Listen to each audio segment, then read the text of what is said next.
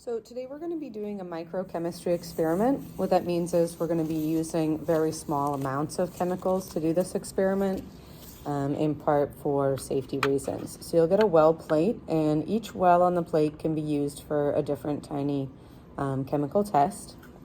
You will also get some substances to test, and you will get a bottle of universal indicator, which is a pH indicator, and you should have a reference chart so you know what the colors mean.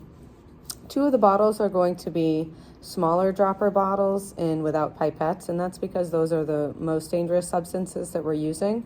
So you should wear your safety goggles and gloves throughout the experiment. At least the person who is doing the testing and anybody that is near the well plate needs to be wearing safety goggles. But you want to be especially careful when handling these. Try not to drip them on the table. Let me know if any gets on your skin, for example. So we're going to start by adding a drop of universal indicator to the first row of wells.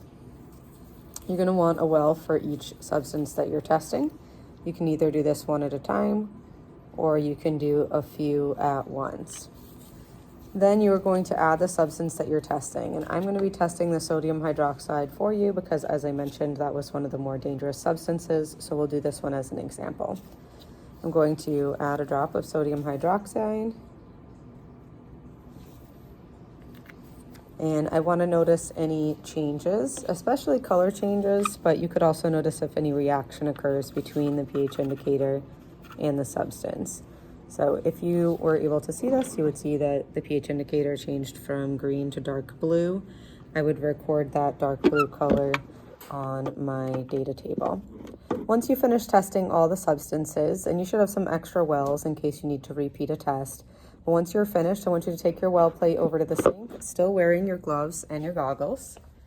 And I want you, before you turn the sink on, just to take the well plate, turn it upside down near the drain and tap it out. That way there's not much left in the well plate to clean. And then I want you to turn the sink on very slowly to make sure that it's not going to splash back in your face.